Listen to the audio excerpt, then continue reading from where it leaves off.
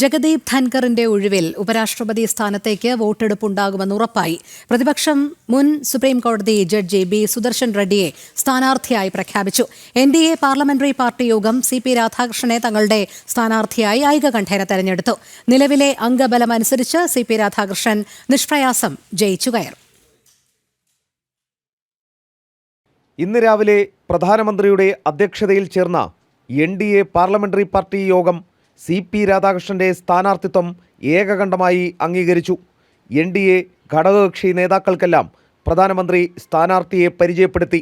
രാഷ്ട്രീയ രംഗത്തും ഭരണരംഗത്തും പ്രവർത്തിച്ച പരിചയമുള്ള CP രാധാകൃഷ്ണനെ മഹാരാഷ്ട്ര ഗവർണർ ആയിരിക്കെയാണ് രാജ്യത്തെ സുപ്രധാന പദവിയിലേക്ക് BJP നിർദ്ദേശിക്കുന്നത്. ഇതിനിടെ ഇന്ത്യ സഖ്യവും രാഷ്ട്രപതി സ്ഥാനാർത്ഥിയെ പ്രഖ്യാപിച്ചിട്ടുണ്ട്.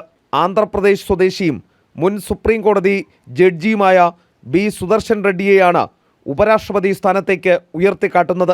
നേരത്തെ സമവായ സ്ഥാനാർത്ഥിക്ക് വേണ്ടി BJP ശ്രമം നടത്തിയെങ്കിലും ഇന്ത്യ മുന്നണി വഴങ്ങിയിരുന്നില്ല.